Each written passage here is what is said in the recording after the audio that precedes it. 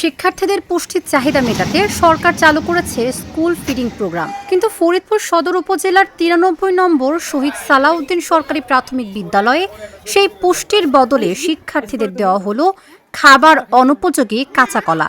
গত রোববার দুপুরে এই কলা বিতরণের ছবি ও ভিডিও সামাজিক যোগাযোগ মাধ্যমে ছড়িয়ে পড়লে শুরু হয় তোলপাড়। এ ঘটনার জেরে গত 28 এপ্রিল জেলা প্রাথমিক শিক্ষা কর্মকর্তা এক আদেশে বিদ্যালয়টির সহকারী শিক্ষিকা গোলাপী বেগমকে সাময়িক বরখাস্ত করেন। তবে শাস্তিকে অন্যায় ও একপাক্ষিক দাবি করছেন স্থানীয় শিক্ষকরা। তাদের অভিযোগ, মূল অপরাধী সরবরাহকারী প্রতিষ্ঠান গ্রামীণ জন উন্নয়ন সংস্থার বিরুদ্ধে ব্যবস্থা না নিয়ে দায় চাপানো হয়েছে শিক্ষিকার ওপর। বরখাস্ত হওয়া শিক্ষিকা ক্যামেরার সামনে কথা না বললেও জানিয়েছেন, সুনির্দিষ্ট নীতিমালা ছাড়াই সরবরাহকারীর পাঠানো খাবার তিনি বিতরণ করেছিলেন মাত্র। 25 তারিখ শনিবার আমাদের প্রধান শিক্ষক ছুটিতে ছিলেন, আমি ওই দিন দায়িত্বে ছিলাম। ওই দিন ডিস্ট্রিবিউশন করতে যে ডেলিভারি ম্যান যে আসে তার কাছ থেকে আমি কলা রিসিভ করি, কলা এবং বন্ডটি।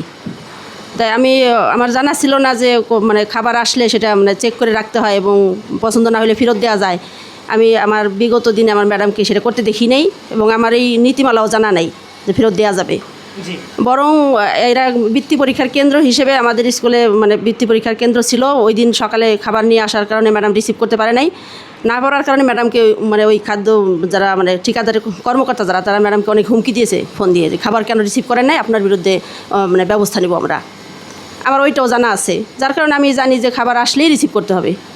এবং আমি না, পুরো ফরিদপুর শহরের প্রত্যেকটা স্কুল ওই কলা ওই দিন রিসিভ করছে, প্রত্যেকের স্কুলের কলার একই অবস্থা। এদিকে কোনরূপ কারণ দর্শানোর নোটিশ ছাড়াই এই বহিষ্কারাদেশ তীব্র ক্ষোভ জানিয়েছে ফরিদপুর প্রাথমিক শিক্ষক সমিতি। তারা বলছেন, খাবার সরবরাহ প্রক্রিয়ায় শিক্ষকদের কোনো ভূমিকা নেই, এমনকি এ বিষয়ে তাদের কোনো প্রশিক্ষণও দেওয়া হয়নি। ঠিকাদারি প্রতিষ্ঠানের বারবার অনিয়মের অভিযোগ তুলেও কোনো প্রতিকার মেলেনি বলে দাবি তাদের। এটা কোথা থেকে আসে, কিভাবে আসে, শিক্ষকেরা এর কিছুই জানে না। এই কাঁচা কলার বিষয়ে ফরিদপুর সদর উপজেলায় যে ঘটনাটি ঘটে গেল, এই কাঁচা কলাটি শুধু যে গত 25 তারিখে দিয়েছে তা কিন্তু নয়, অনেক আগে থেকে এই কাঁচা কলা দিয়ে থাকে। আমরা উপজেলা শিক্ষা অফিসার বরাবর একাধিক শিক্ষক আমরা তাদেরকে জানিয়েছি এবং সর্বশেষ মাসিক সমন্বয় সভায় উপজেলা শিক্ষা অফিসার তিনি বলেছেন, যেভাবে ঠিকাদারি প্রতিষ্ঠান আপনাদেরকে দেয় আপনারা শিক্ষার্থীদের সেভাবে দেবেন। দুর্ভাগ্যজনক হলেও সত্য যে এই কাঁচাকলা একজন সহকারী শিক্ষক বিতরণ করার জন্য সহকারী শিক্ষককে সরাসরি সাময়িক সাসপেন্ড করা হয়েছে, যে ক্ষেত্রে দেখা গেছে যে চাকুরি বিধির কোনো নিয়মকানুন মানা হয়নি, শিক্ষককে কোনো রকম শোকজ করা হয়নি, আত্মপক্ষ সমর্থনের সুযোগ দেয়নি। আমরা চাই এই কাঁচাকলা বিতরণের দায়ে ঠিকাদারি প্রতিষ্ঠানের শাস্তি হোক এবং আমার নিরীহ নির্দোষ শিক্ষক জনাব গোলাপী বেগমের শাস্তি অনতিবিলম্বে মওকুফ করে তাকে বিদ্যালয়ে ফিরে যাওয়ার ব্যবস্থা করা হোক। টিফিনে কাঁচা কলা সরবরাহের বিষয়ে দায় এড়াতে নানা অজুহাত দিচ্ছে সরবরাহকারী প্রতিষ্ঠান গ্রামীণ জন উন্নয়ন সংস্থা। তাদের দাবি, পাকা কলা নষ্ট হওয়ার ঝুঁকি থাকে বলেই তারা কাঁচা কলা সরবরাহ করেন। এমনকি সোমবারের খাবার একদিন আগে বিতরণ করাতেই এই বিপত্তি ঘটেছে বলে দাবি তাদের।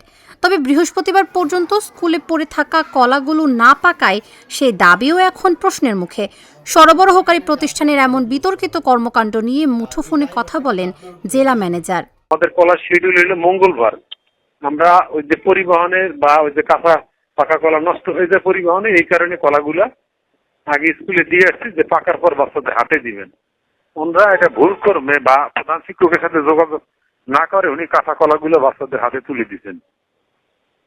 3-4 দিনেও কলা পাকেনি, অনেকেই যেটা এরকম হয়েছে। আমরা কিছু স্কুলের এরকম বা ইপিএসসি আমরা ওই স্কুল থেকে সাথে সাথে আমাদেরকে ফোন করার সাথে সাথে আমরা ওই স্কুল থেকে কলা নিয়ে এসে আবার পাকা কলা সরবরাহ করে দিয়েছি। না, ওই স্কুলে তো আমরা গিয়ে যেটা দেখলাম এখনো কলা আছে, কাঁচা কলা।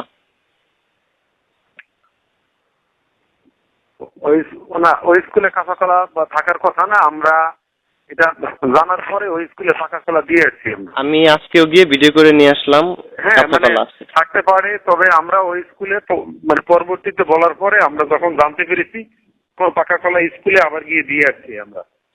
তো এই বিষয়ে ইউনো যিনি এইটার সভাপতি, তিনি জি। আপনাদেরকে শোকজ করেছে এই বিষয়টা জি কি? জি শুনে- জি, আমাদের শোকজ করছে, সেটার জবাব আমরা দিয়ে আসছি স্যারকে। এই অনিয়মিত দায় শিক্ষকদের উপর চাপানো হলেও জেলা প্রাথমিক শিক্ষা কর্মকর্তা একে অসদাচরণ হিসেবেই দেখছেন। সরবরাহকারী প্রতিষ্ঠানের বিরুদ্ধে ঊর্ধ্বতন কর্তৃপক্ষকে লিখিতভাবে জানানোর কথা বললেও তাৎক্ষণিক শাস্তির মুখে পড়তে হয়েছে কেবল ওই সহকারী শিক্ষিকাকেই। সরবরাহকারী প্রতিষ্ঠানের কাছ থেকে খাওয়ার অনুপযোগী কাঁচা কলা বুঝে নিছে এবং সেটা শিক্ষার্থীদের মাঝে বিতরণ করছে। শিক্ষার্থীরা ওই কলা খাইতে যেয়ে কাঁচা থাকায় খাইতে পারেনি এবং এটা মিডিয়াতে ব্যাপক হারে প্রচার হয়েছে। এখানে প্রাথমিক শিক্ষার ভাবমূর্তিও নষ্ট হয়েছে এবং বলা যায় যে সারা দেশে উঠছে যে আমাদের স্কুল ফিডিং কার্যক্রম ব্যর্থ হতে চলেছে। এই কারণে শিক্ষককে আমরা জবাবদিহিতার ভিতরে নিয়ে আসছি এবং তার এই দায়িত্ব অবহেলা, যেটাকে আমরা অসদাচরণ বলি শৃঙ্খলা আপিল বিধিমালায়, সেই অসদাচরণের দায়ে তার বিরুদ্ধে বিভাগীয় তাকে সাসপেন্ড করা হয়েছে এবং ইতিমধ্যে বিভাগীয় মামলা রুজু করা হয়েছে।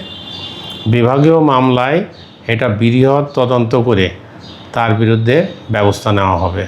যদি উনি অপরাধী না হন তাহলে খালাসপ্রাপ্ত হবেন।